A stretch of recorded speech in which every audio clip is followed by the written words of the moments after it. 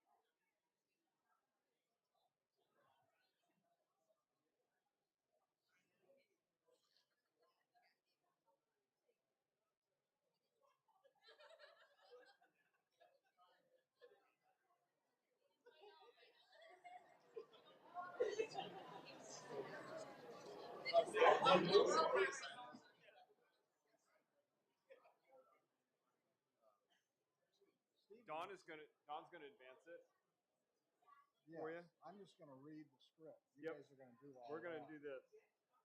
So I'm gonna go ahead and put it in this presentation mode. And I'll find Steve.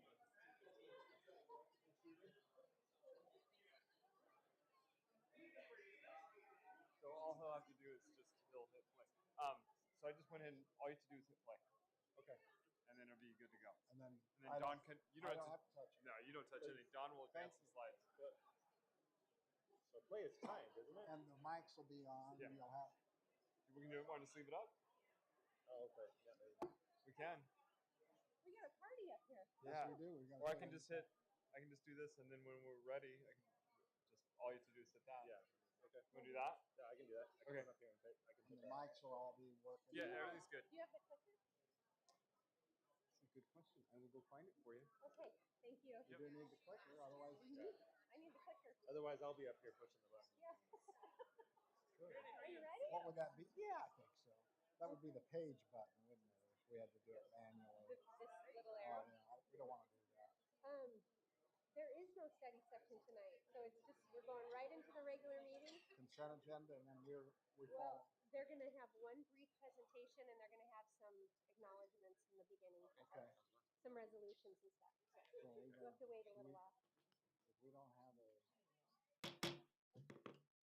Welcome and good evening to the February 2025 regular meeting of the Chandler City Council. So good to see a full audience without picking a fight tonight. That's a good thing, at least that I'm aware of at this point. We're glad that you're all here. Clerk, would you please take the roll? Mayor Hartke. Here. Vice Mayor Ellis. Here. Councilmember Encinas. Present. Councilmember Poston. Councilmember Orlando. Here. Councilmember Harris. Here.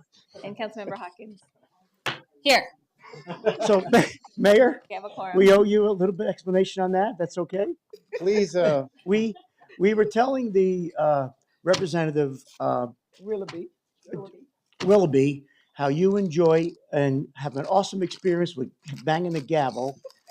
So she went back and got us a bunch of gavels just so we could share in your pleasure.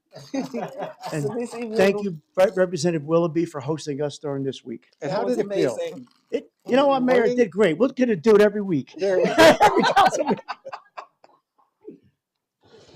Well, that caught me by surprise, I must say. I got you first. Very fun. All right, moving on. I think our gaveling portion is done. You guys can help me gavel out at the end too, please. So our invocation tonight is brought forth by Pastor Roy Cherian, International Assembly of God Church. Is Pastor Cherian here? I didn't see him. Oh, there you are, sir. And our Pledge of Allegiance by Councilmember Encinas. Pastor. Good evening. We moved from Chicago to Chandler in 1997. Those days, our children used to say, "Let's go back to America." Today, the great city of Chandler has turned into one of the leading cities in this great nation. It is because of the God-given vision to the leaders of this great city. Today, I am representing the community and acknowledging the wisdom and guidance God Almighty has given to our Honorable Mayor, Kevin Hartke, and all the council members. We pray that every decision you take today and in the future will be guided by Almighty God. May God continue to direct you, our esteemed leaders, to make this city as a role model for the nation. Nobel Prize winner Sang San Suu Kyi said, "You should never let your fears prevent you from doing what you know is right." John Wesley said, "Do all the good you can, by all the means you can, in all the ways you can, in all the places you can, at all times you can, to all the people you can, as long as ever you can." May God protect all the citizens of this city from every evil. May many more businesses move into this city and make it their home. May this city be known as the safest community for our citizens to live freely. Psalms 46, verses 1 and 2 says, "God is our refuge and strength, always ready to help in times of trouble. So we will not fear when anything comes against us." In verse 11 says, "The Lord of heaven's armies is here among us. God Almighty is our fortress." May God's love and grace envelop us this day and ever. Amen. Pastor, for your words. Please join me in reciting the Pledge of Allegiance. I pledge allegiance to the flag of the United States of America and to the republic for which it stands, one nation, under God, indivisible, with liberty and justice for all.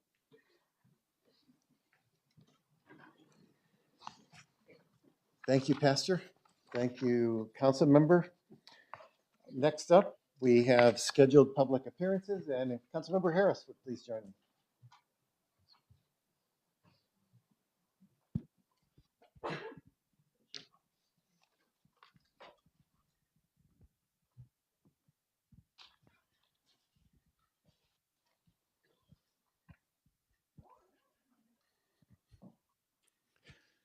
So a little unusual, we have no employee recognitions this evening. That's usually we do. So our first scheduled appearance is Proclamation of Disability Awareness Month. If I can have Tom Fay and members of the Mayor's Committee for People with Disabilities, please join us. And I do want to thank our Disabilities Commission for putting on the fun run today. Councilmember Encinas and I were able to cheer on hundreds of students from CUSD, all that did a fund run. It was an amazing experience, so we're deeply appreciative of the work that you guys do.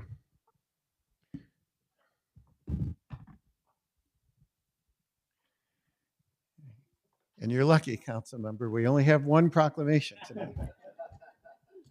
Whereas more than 13% of adults and children who live and work in Arizona communities have a disability, And whereas individuals with disabilities are valued, contributing members of our community and have the right to achieve a self-determined and valued lifestyle.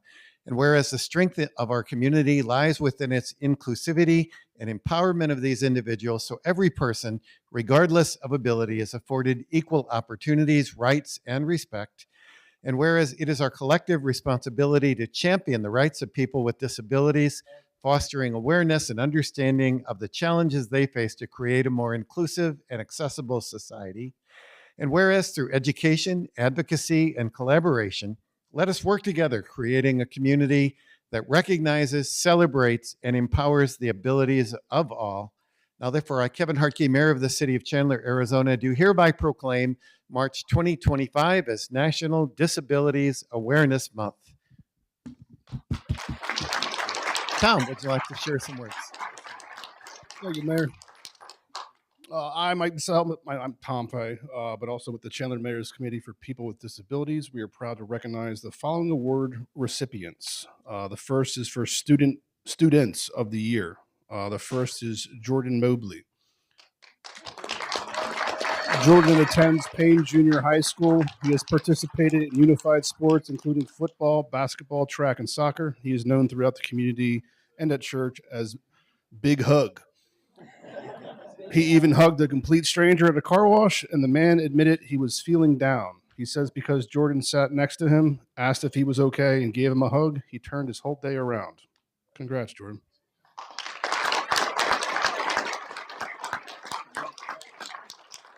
Our next student of the year, Sarvesh Chandran. Sarvesh, are you here? There we go. Sarvesh is attending Grand Canyon University for a BA in Communications and Human Relations and Interpersonal Communication.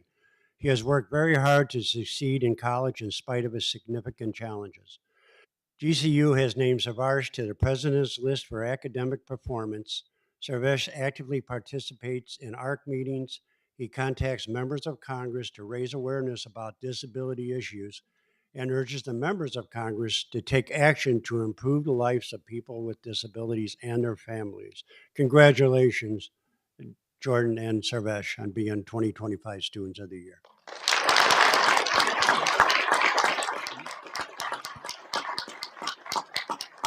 Let's take a picture. I'll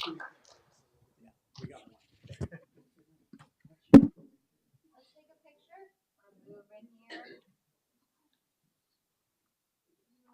One,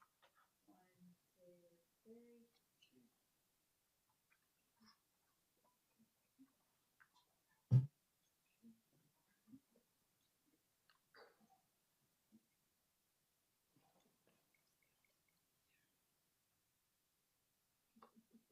One more.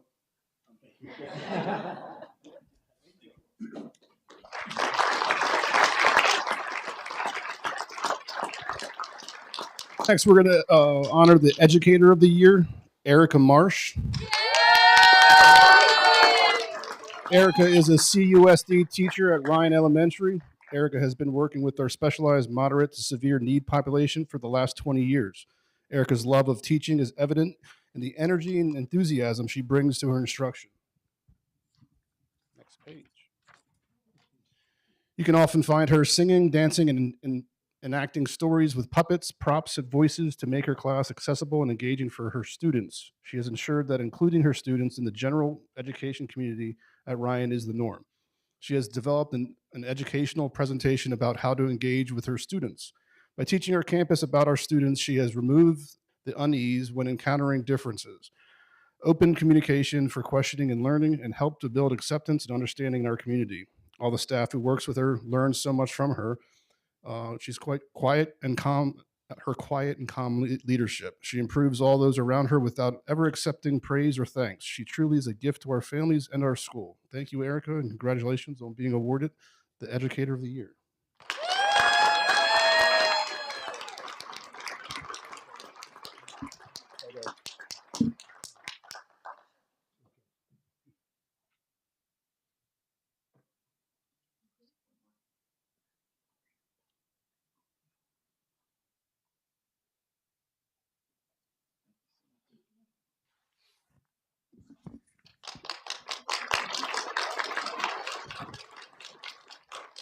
Our next person to be honored is the Volunteer of the Year, Ali Analt.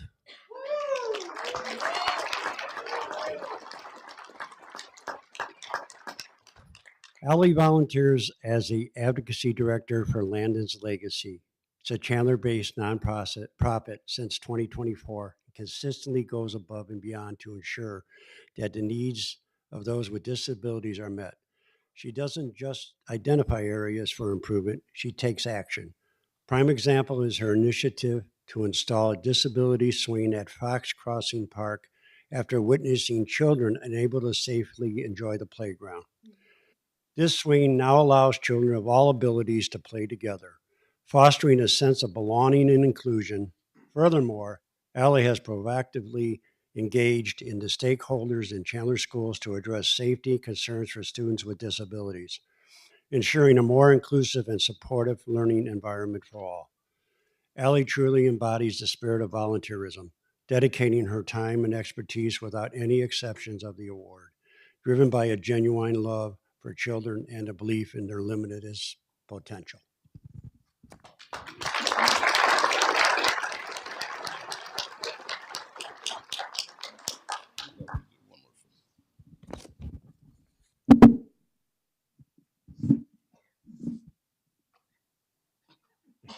All right, calm down.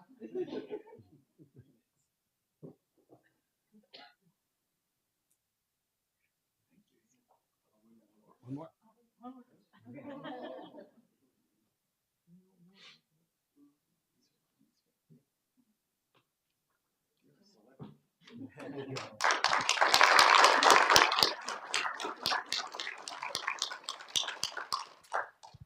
Employer of the Year, Sarah Clark, Mod Pizza. Sarah is the manager of the Paseo Linda Chandler Mod Pizza location. She's an exceptional manager who supports and encourages all employees and has helped employees with disabilities become valued members of the Mod Squad. Employees enjoy working there knowing that they can rely on Sarah to treat them fairly and with kindness. One of Mod's employees participates in Special Olympics, and last year, Sarah organized a day in support of the upcoming Special Olympics. Bocce regional competition. That's a sport. I got it. All right. She and the rest of the staff decorated the restaurant with Olympic rings, flags, and banners. They made a cake, and everyone wore team T-shirts that Sarah had handmade. On the day of competition, they provided free pizza to the athletes. Sarah is a very special person and very deserving of this award. Thank you, Sarah and Mod Pizza, and congratulations on being awarded the Employer of the Year.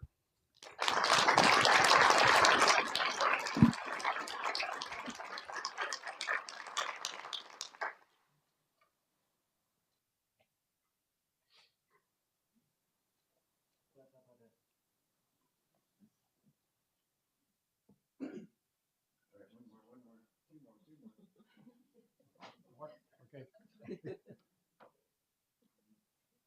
Congratulations.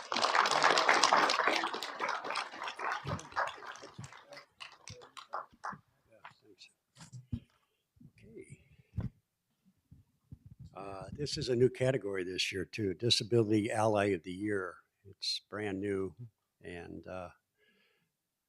it's Blas Minor.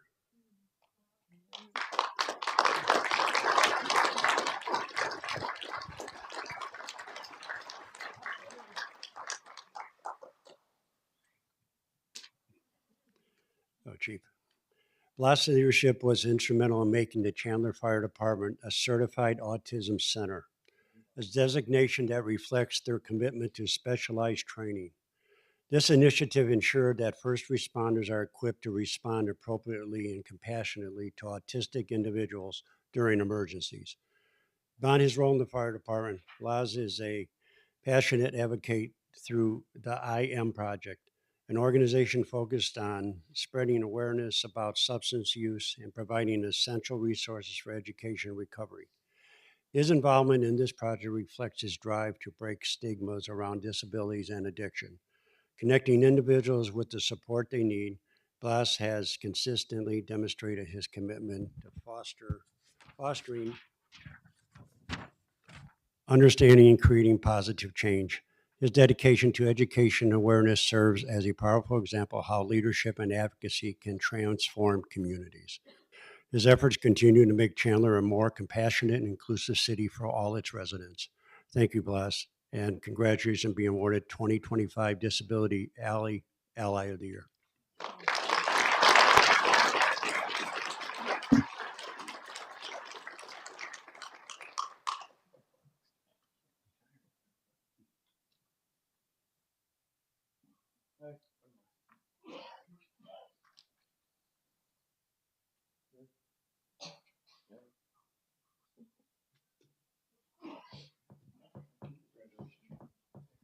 Congratulations to all the award winners.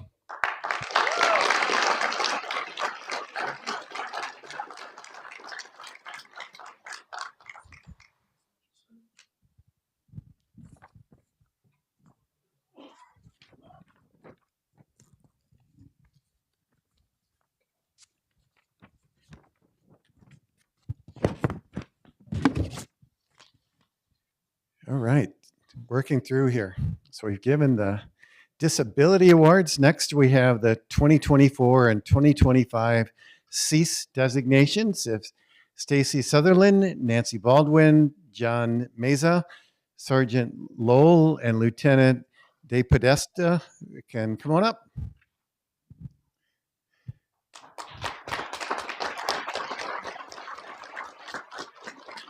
The city has now received its CEASE recertification for 2024 and 2025, building upon the certification earned in 2023.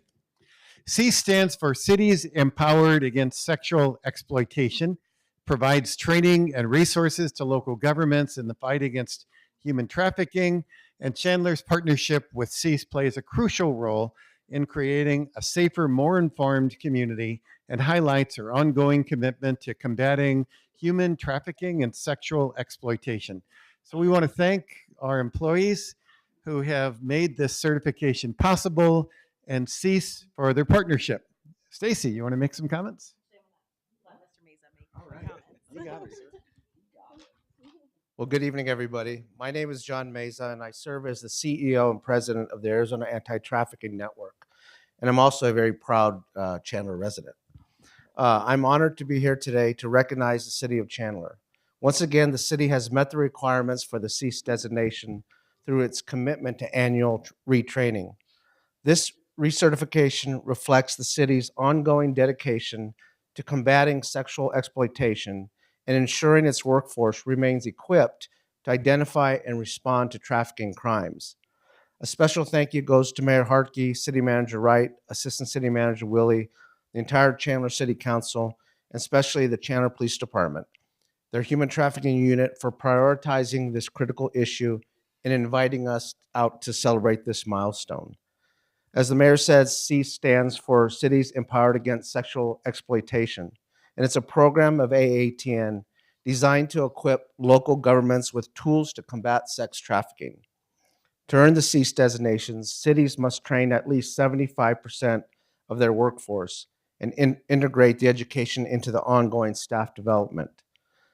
Sex trafficking is a reality in every community, and its impact on victims, families, and society and cannot be ignored. On behalf of the Arizona Anti-Trafficking Network, it's my privilege to present this plaque in recognition of your efforts, and let it serve as both an achievement and a reminder that fighting exploitation requires all of us working together. With continued commitment, we will move closer to Arizona, where no one is bought, sold, or exploited. Thank you very much. Scoot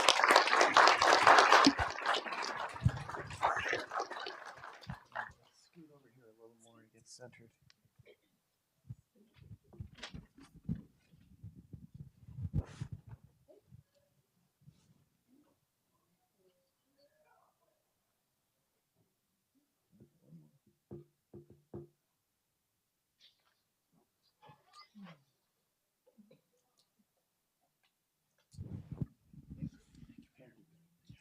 Would you like me to give the plaque back to the assistant, or would you like it?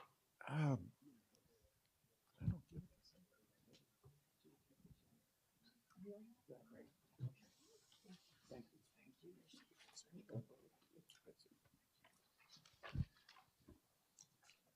All right. I believe that concludes our special appearances. So we're going to go back behind the days. As I'm walking, I do want to thank City Manager for implementing this. I think I came to you a couple of years ago, and I've heard about this at Night of Hope, which is coming up again. And I'm really proud of our city achieving this and continuing to be as aware, vigilant, and dutiful as we can. So thank you.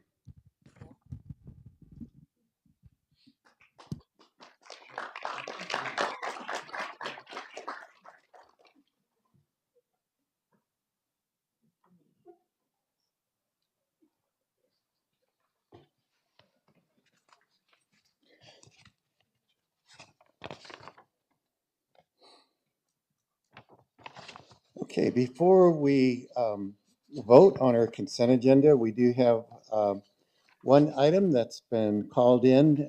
Councilmember Orlando on item number 2. Yeah, Mayor, I don't want to belabor this, but I do want to thank citizen Dwayne Lidman. What we're doing here is naming a park in the Bull Moose area, North Chandler. That has been lacking a park for as long as that community's been around. Dwayne, I want to thank you very much for your leadership, your patience, and your contribution, working with the neighbors, working with the city, working with the developers on making this a reality. So thank you very much, sir. It just proves that one person can make a difference in their lives and everyone's lives around them. Dwayne, hats off to you, my friend.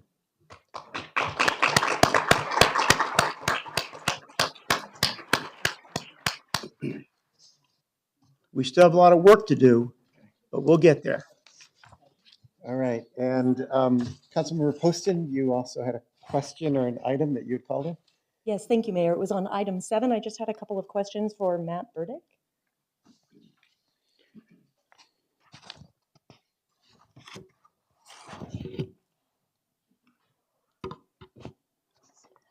Hi, Matt. Thank you. So this item is on our digital advertising. Can you basically give a broad, it's $400,000, it's quite a bit of money. Can you give us a broad view of what all will be served by this? Because it's under economic development, but it's a little broader than that, correct? Correct. Yeah, a majority. There's a number of departments that use this contract. Our tourism uses it for a variety of different Visit Chandler programs to promote our community to both commercial travel, business travel, and local travel as well. But then a number of other departments use it. So, for example, we just had a budget work session, and you talked about the budget survey. We use it to promote community participation in that survey. We use it to promote fireworks safety and awareness. We use it to promote water safety and awareness. And we also use it to promote a variety of different water conservation and drought preparedness type programs. So there's a wide variety of uses of it. In today's media market, spending is a necessity to capture attention with all the other things that attract people's attention on their phones. So we do a lot of different digital advertising. And so essentially what this is allows us to compete in the media marketplace for the attention of our residents to know some of these important things that are going on. Another program that we, a one-time use that we did this year, and follow up to council's action in terms of the ordinances that were passed for brass knuckles and unruly gatherings. We had a significant campaign that we did to educate our residents and our youth about those new ordinances. And knock on wood, we have not had issues or incidents that we've had to respond to as a result of that. But it's for uses like that we want to make sure our community is aware of actions or programs that the city has. And then about how many years have we actually been doing it's kind of a pay-to-play world these days. So how many years have we been doing this so far? We've been doing this type of digital marketing really going back to the COVID days. So when we had a lot of different things. So this, I believe, is this is an extension of a current contract. Second year of a 5-year contract is what is on the agenda for tonight. But we had done that essentially 3 or 4 years prior to that. Okay, and then we had a separate contract as well for our citywide recruitment as well? Correct. Right? Yeah, that separate contract essentially is twofold. It maintains the city website, and then we also did a number of different things advertising-wise to promote career opportunities at the city. So that is a separate contract. I can tell you that contract is now moved into more of a maintenance mode. Okay. We still use it for the website maintenance and essentially more pay-per-click ads and search engine optimization to really target potential applicants about career opportunities. But we don't have the significant ad buys that we've had in this, say, 2022 and 2023 timeframe. Sure. Well, and I understand this is a not to exceed item and that we do only pay for what we use in terms of those pay-per-click items.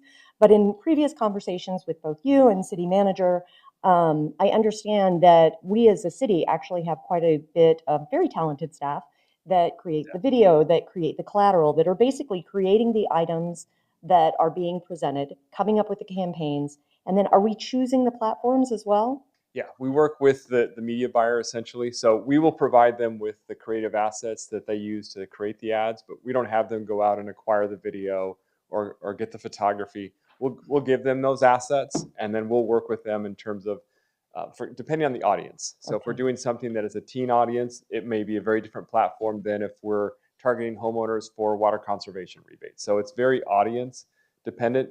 All of our efforts are focused on the city of Chandler, with the exception of obviously the Visit Chandler campaign, which will have a broader set of audiences. But our efforts are really focused on reaching our residents or businesses, depending on what the nature of the topic is.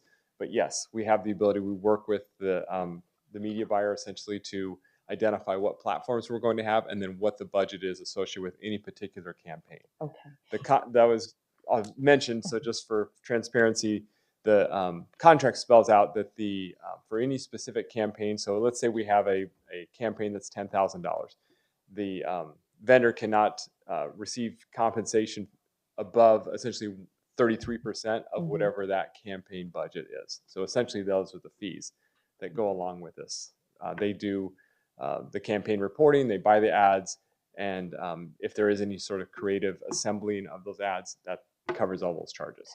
And if I recall correctly, the recruitment campaign actually had a larger portion going to that payment. This is that 33%, so a not to exceed 400,000. It's in that $120,000, $130,000 range.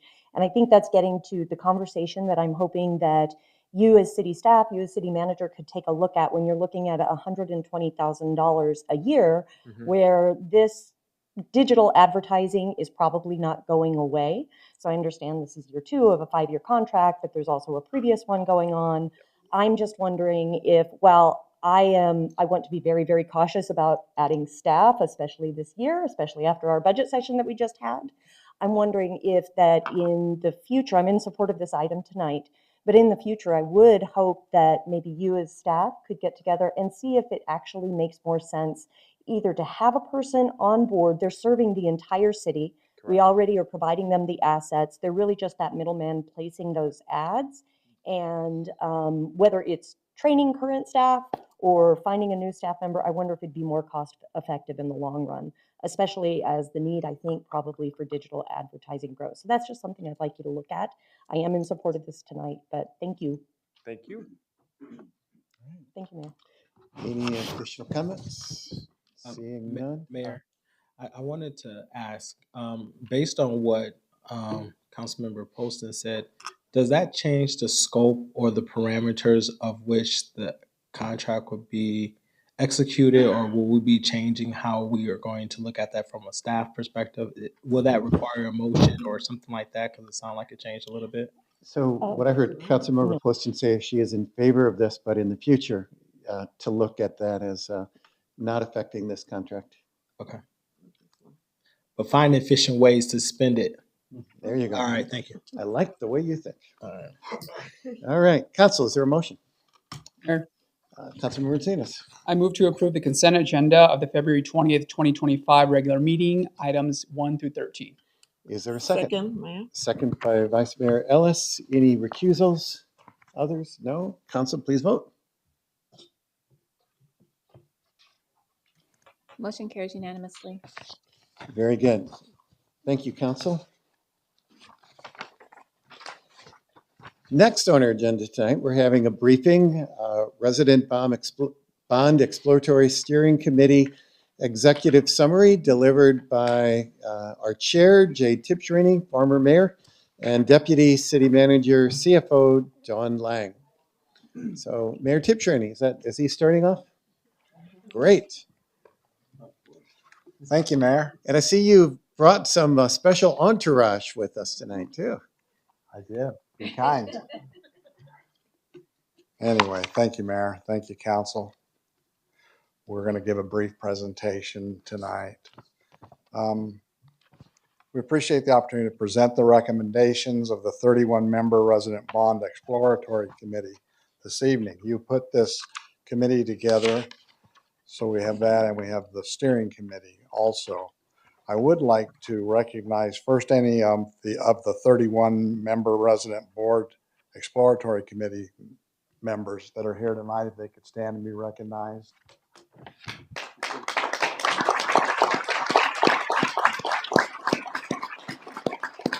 Okay, and by name, I'm going to name the 7-member Resident Bond Exploratory Steering Committee. I was the chair of that. We have Gary Hayes. Is Gary here today? No. Kari Zern. Craig Gilbert. Nina Mullins. Rick Human. And Trinity Donovan. She's here. I also, Mayor, thank you for the staff. You let it work on this with us. And we worked with a couple of staff that did a lot of stuff. Don Lang, Matt Dunbar, and Tara Shara. I want to thank them for the work they did staffing the committee.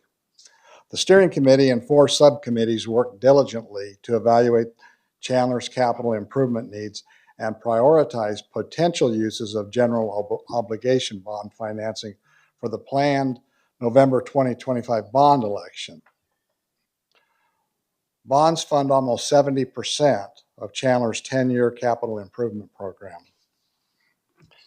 After Mayor and Council approved the formation of the Resident Bond Exploratory Committee on September 12, 2024, we got to work. Nearly 30 meetings were held between September and January, including financial briefings, department overviews, and tours to assess city facilities, parks, and infrastructure. The subcommittee presented their recommendations to the steering committee in December 2024, the 7-member steering committee. The steering committee attended many of the tours to prepare for our meetings in December and January.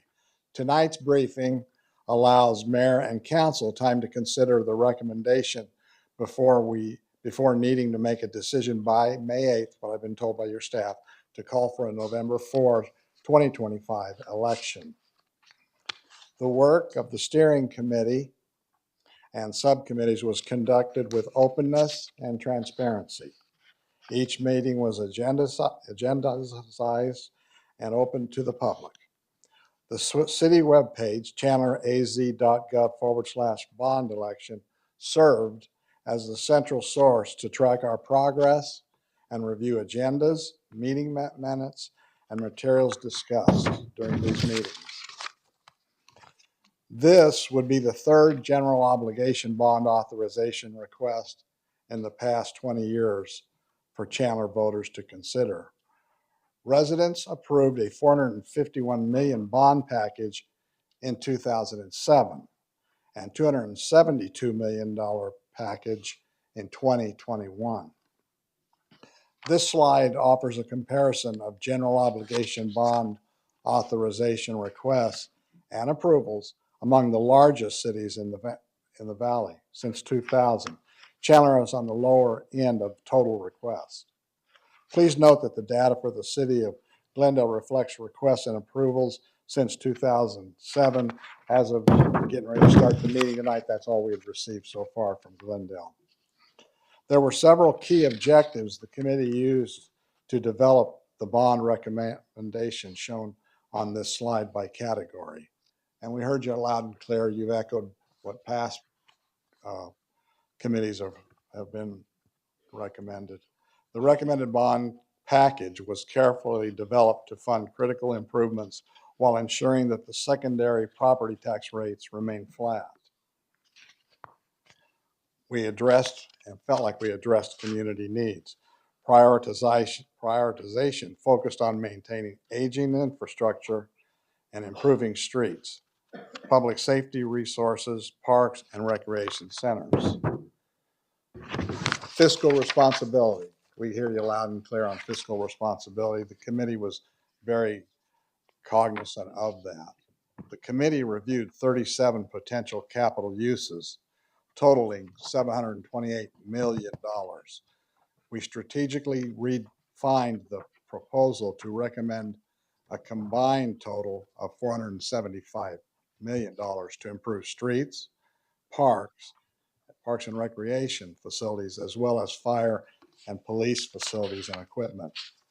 This package tonight is far below $620 million amount that could be sought and still maintain within Chandler's current secondary property tax rate. The steering committee prioritized fiscal conservancy by the focusing on the highest needed projects.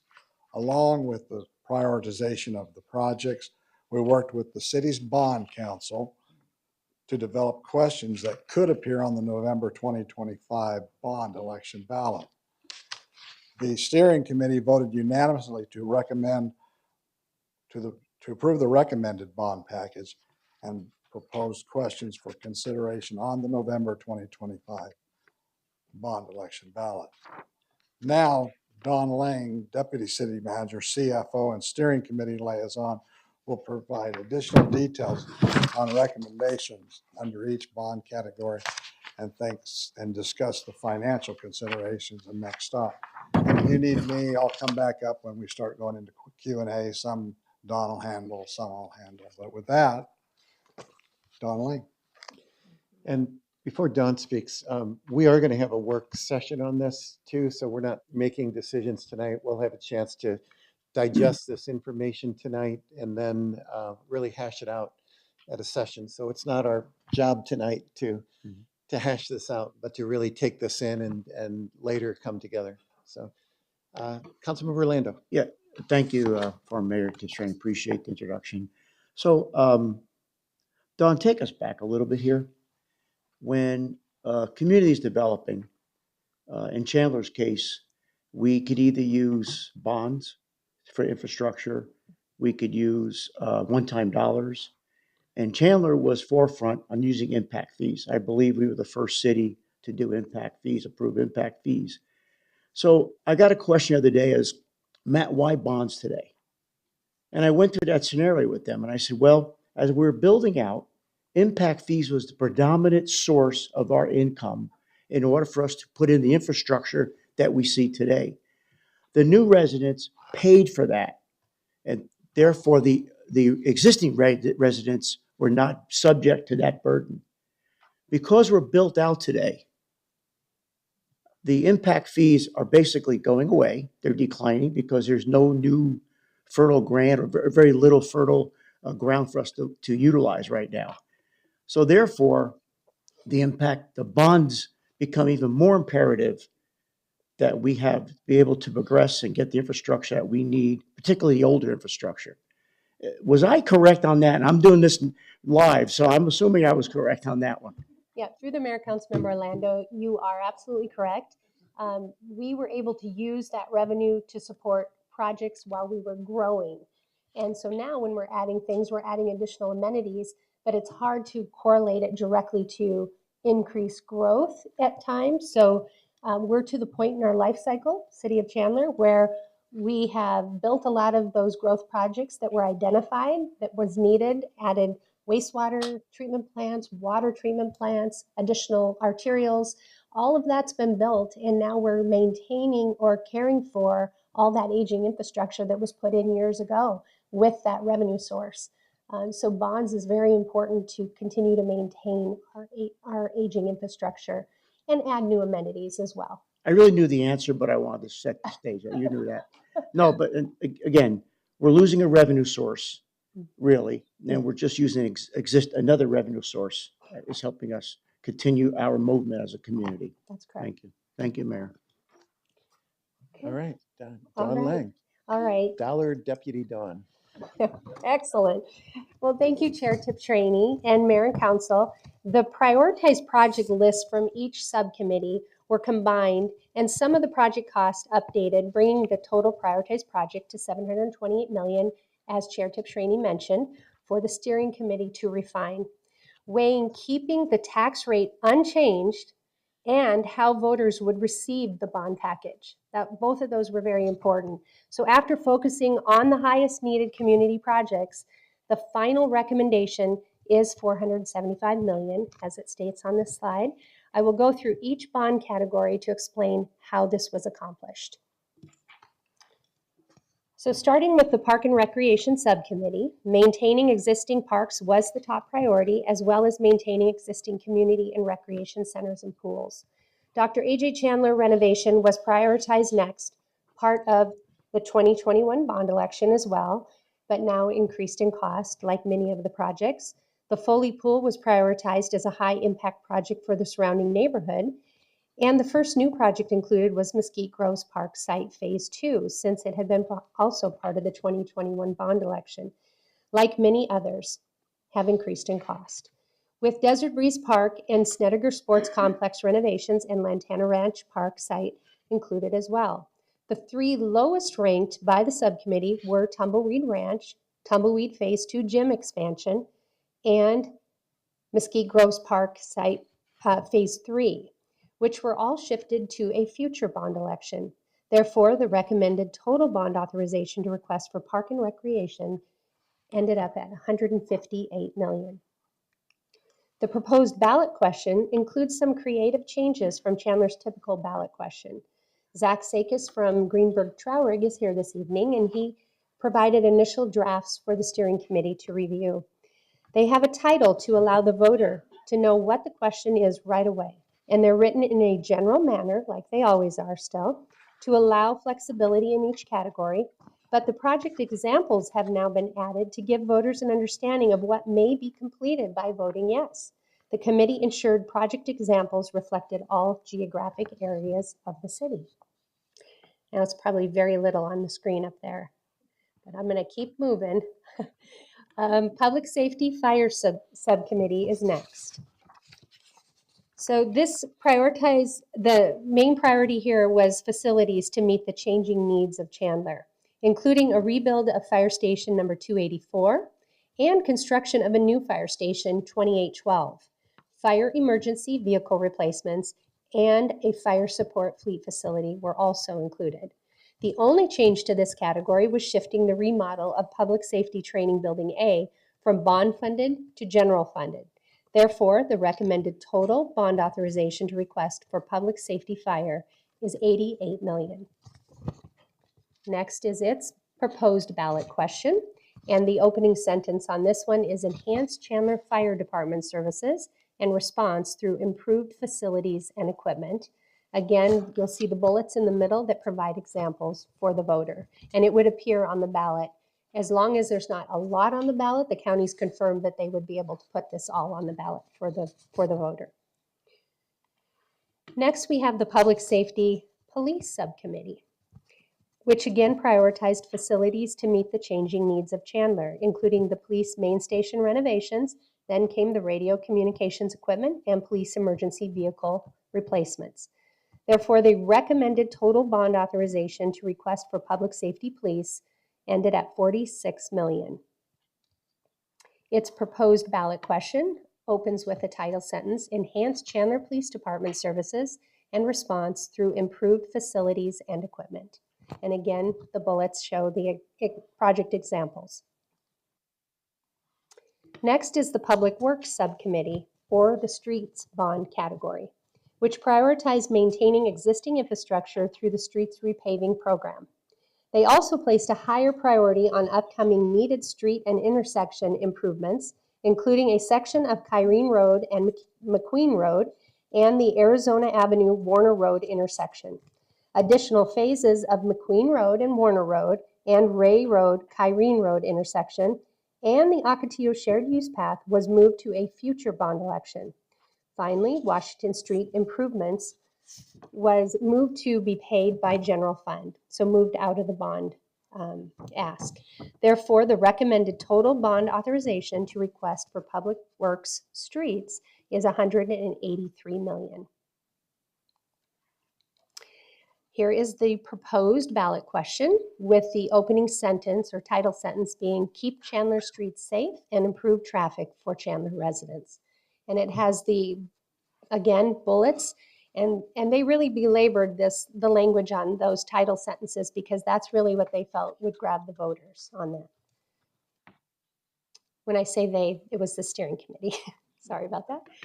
Okay, and then finally, we had the subcommittee of Facility, Sustainability, and Technology. This committee had multiple projects that overlapped with other subcommittees.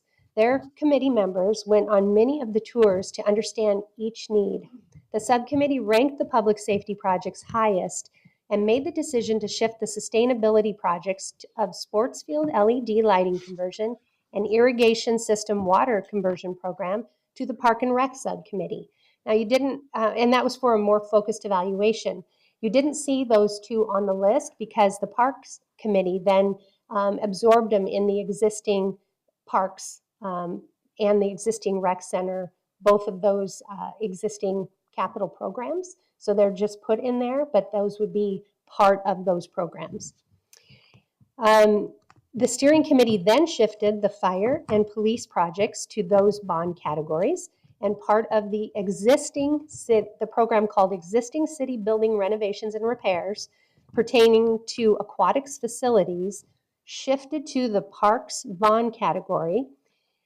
So that still remains in there, understanding that that is a priority to maintain those facilities. But the remaining amount of that program and the citywide fiber upgrade project were moved over back to general fund and not bonds. Therefore, in the end, there is no recommended bond ask coming from this subcommittee. So overall, the steering committee is recommending to City Council 4 proposed areas requesting bond authorization for a total of $475 million, ensuring no increase to the current secondary property tax rate. I just have a couple more to go over, and that is the financial considerations. The City of Chandler continues the tradition of fiscal strength by having a strong debt management program or practices and maintaining AAA bond ratings from all 3 rating agencies. This results in lower borrowing costs, which help ensure capital projects are completed at the lowest cost possible. A higher bond rating correlates to lower taxes and utility rates for residents. As the city ages and gets closer to build out, much of the infrastructure must be maintained or replaced to continue to provide great quality of life for our residents. Selling bonds is a common practice to fund capital and infrastructure needs, and state law requires a city to obtain voter approval through bond authorization. This slide shows how Chandler's property tax rate compares to other large valley cities, reflecting us on the lower end. Next, this graphic reflects where each cent from every property tax dollar goes. Only 11 cents of every dollar comes to Chandler, with the majority going to schools and county and special districts. The majority of our property tax rate pays the principal and interest on general obligation bonds. As new bonds are sold, bonds are paid off, allowing us to keep the tax rate flat, with the debt being paid by existing and new taxpayers that enjoy the use of that capital asset over time, providing better equity. The city is in a great position since we are well below the statutory debt limit set by Arizona law. Additionally, maintaining a stable tax rate requires balancing assessed values and tax rates. When selling bonds, the assessed value growth projections are capped by a state formula, which sets growth, in this case, at 6.20 for the first 5 years. So assessed value growth growing 6.2 and then 1.22 annually. The steering committee's recommendation reduced that annual assessed value growth to 4.5, a much more realistic projection. The steering committee's recommendation is well thought out from all angles, ensuring it will not increase the property tax rate based on financial assumptions. So what are the next steps? There is a council work session planned for April 10th to discuss this bond package, and then April 24th, a resolution will be brought forward at a regular meeting asking mayor and council to call a bond election and approve the bond questions to go on the ballot November 4th, 2025. And this summarizes the results of the Resident Bond Exploratory Committee. And with that, Mayor, Chair Tip-Shraney and I are happy to answer any questions. Thank you, Dawn. Thank you. Thank you, Mayor Tip-Shraney, for the work that you guys have put into this. Very thoughtful. And I think every time when this comes back, I'm always a bit surprised at some thoughtful changes. I think the last time to not pursue with the airport, with this time for the one committee that absorbed another. So we're grateful. I know that together we want to keep this as simple as possible so our voters can understand what they're voting for and hopefully agree with us that the value proposition for safety and quality of life is well worth the value. So council, any questions for either Mayor Tip-Shraney or Deputy City Manager Lang? You summed it up perfectly. Wow, very good. And again, we'll have a deeper opportunity between now and April 10th to dig into this and go from there. But to all the committee that's here, we're extremely grateful for your time, for your energy, for your love and commitment to our wonderful city. And who knows, maybe we'll find another committee to put each of you on again, as you guys are clearly a well-oiled machine that is very thoughtful. So we are grateful. Thank you. Next on our agenda tonight is unscheduled public appearances. We have none tonight. No, Mayor, no cards tonight. Okay, then we go to current events. I'll start. Council, I just want to say I'm very proud of our CAPA staff for the state of the city, that they really did a tremendous job, and fifth floor and down in the video team as well. I want to thank everyone who attended or has watched our State of the City event. It was a special showcase recognizing the courage, brains, and heart of our community. Special thank you again to Team Kappa for making the event a success. And I know many people watched it to the end because the number one comment I've received is, where did you get those red shoes? So I thank you. It really, I think that everything I had saw from that is a real connection with our community, a sense that we're in this together, and very well received. Secondly, boy, I looked at my schedule this Saturday, and it's just pretty incredible. I want to invite you, starting at 9 a.m. at Tumbleweed Park, we're going to be inducting former Mayor Jay Tip-Shraney into the Celebration Plaza to honor him and his dedication and service to the city of Chandler. And I might say, Jay, I still remember when I was working on the Cat Lady's house with a group of kids, and we met, and you invited me to serve on a charter revision committee, and then later to the Human Relations Commission. So I could say I wouldn't be mayor without your giving me the pathway to serve our community back in the day. So I'm grateful. Right after that, we can all rush over. The Innovation Fair will start at 10 a.m. And Councilmember Orlando is going to share some more about that, but it's certainly one of my favorite events of the year. And then you can join us at 11 o'clock at Hamilton High School to celebrate the new inductees for the Chandler Sports Hall of Fame, and then run back to downtown Chandler for the continuation of the Innovation Fair. So it's going to be a jam-packed day, and if you're not tired yet, there is also Mother Language, ML Mother Language Day back at Tumbleweed Park, a big celebration. So, yes, and also want to just shout out for Chandler. We were just a couple days ago proclaimed one of the best cities in the nation for small business.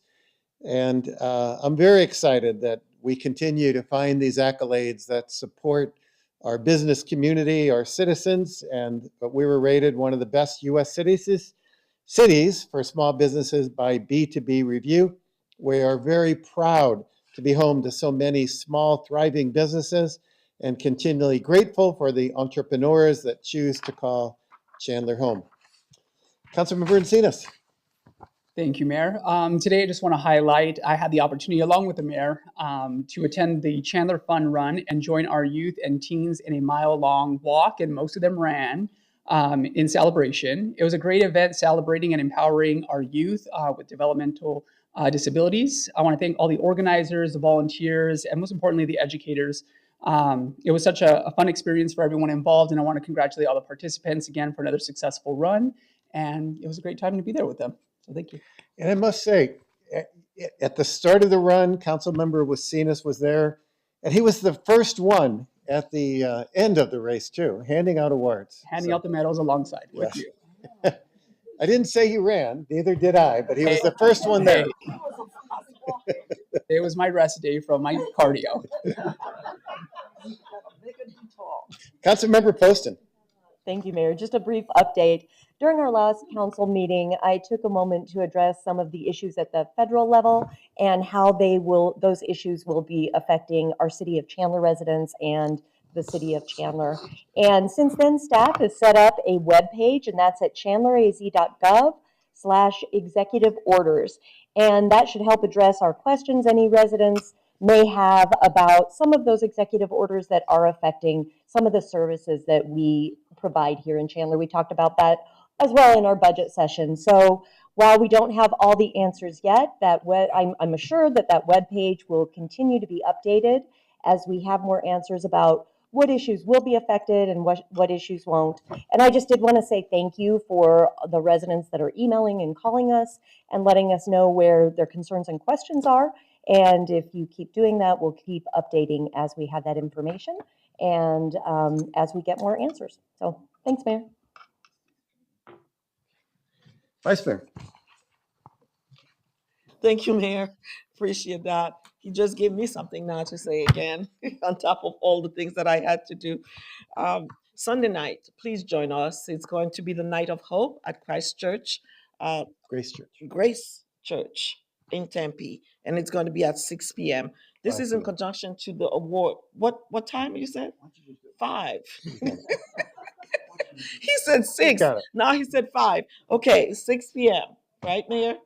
We on that one. 5 p.m. Okay, we got it. 5 p.m.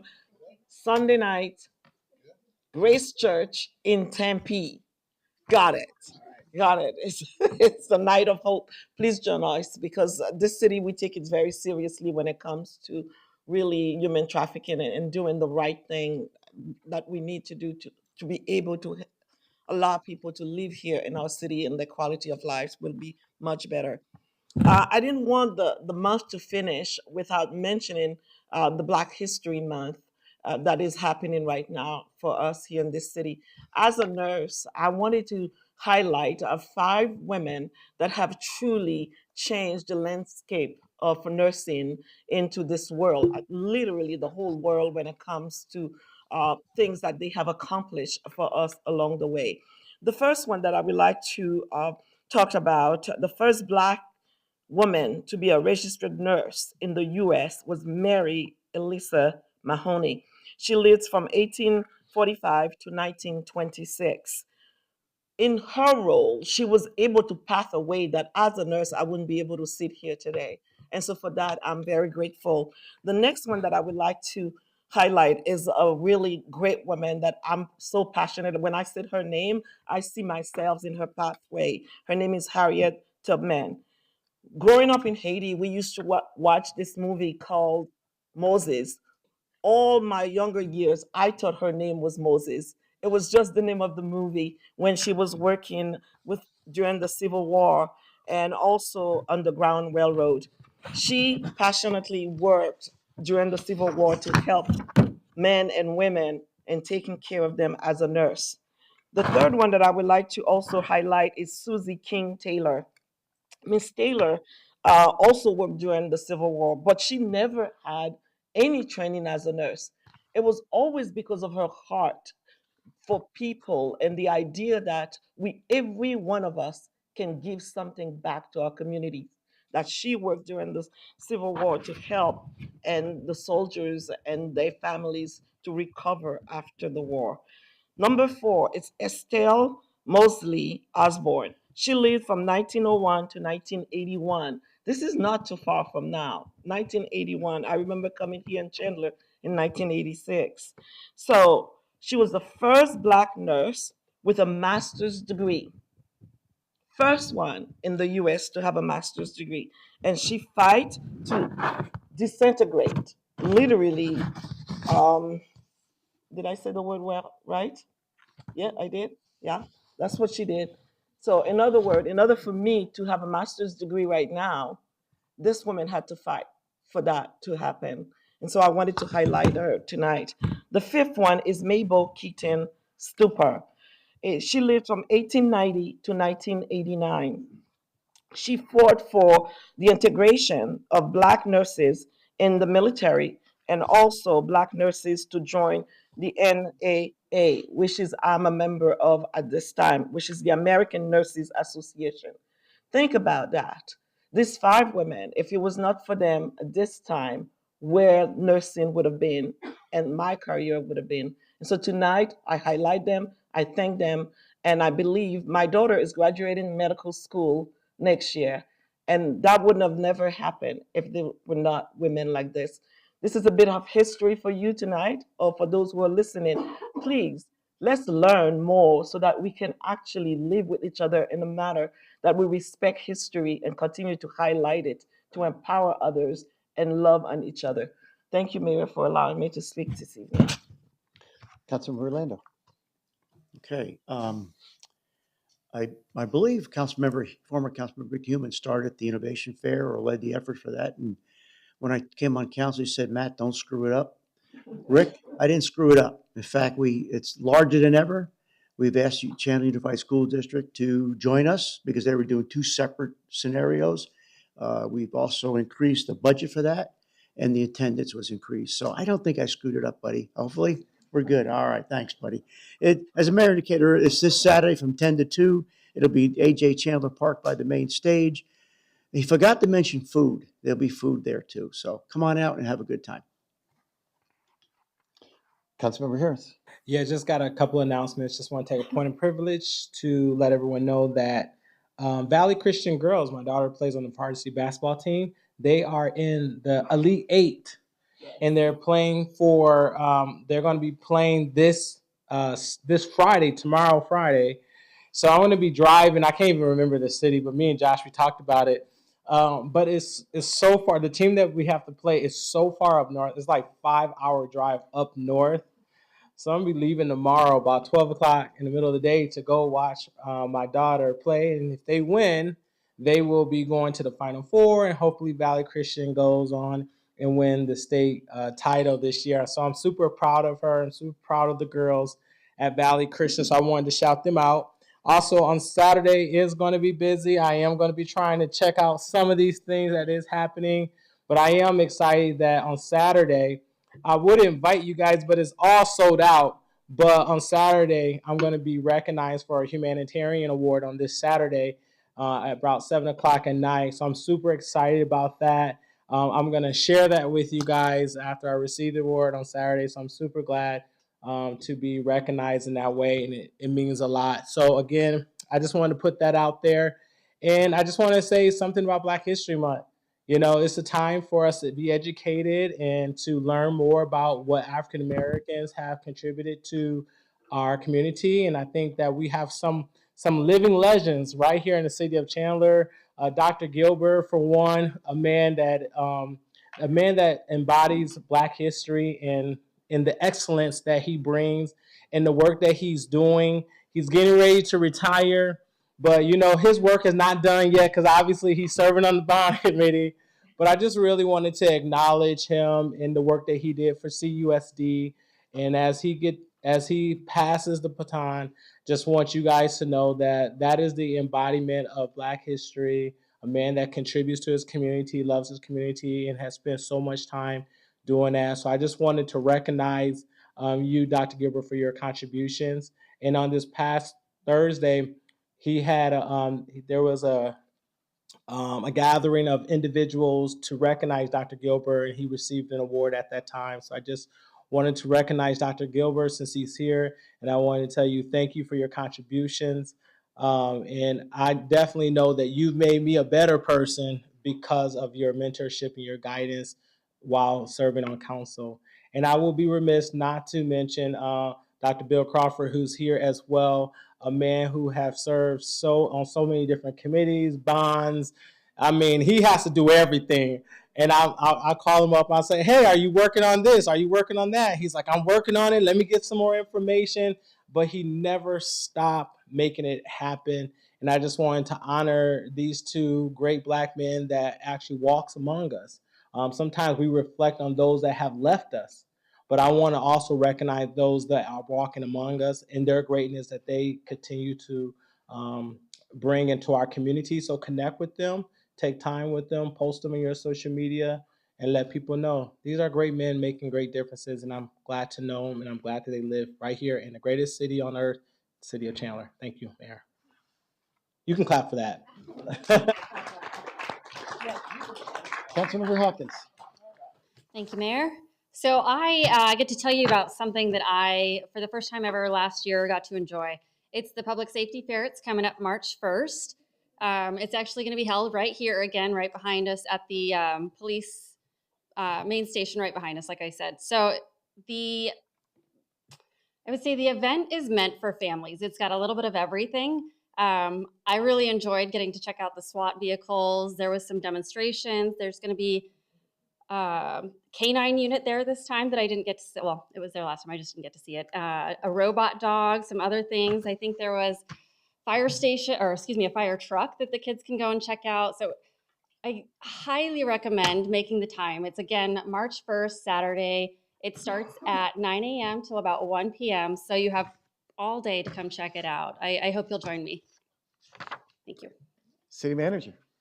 Thank you, Mr. Mayor, members of council. Just very briefly, earlier tonight, you accepted the 2024 and 2025 CEASE designations for the city, and I want to make sure I give credit where credit is due. So the person who actually led the effort to do that is someone who joined our office a few months ago. So Amelia Krajewski is in the back of the room. We're embarrassing her right now. She's actually an intern in the city manager's office, and she is getting her master's degree at Arizona State University through their Marvin Andrews program. She'll be with us for the next couple of years, and she's a Chandler native. She grew up here, went to high school here, and so we're thrilled to have her working on great projects like that one. Thank you, Mayor. All right. With that, council, are we ready to gavel out? 1, 2, 3.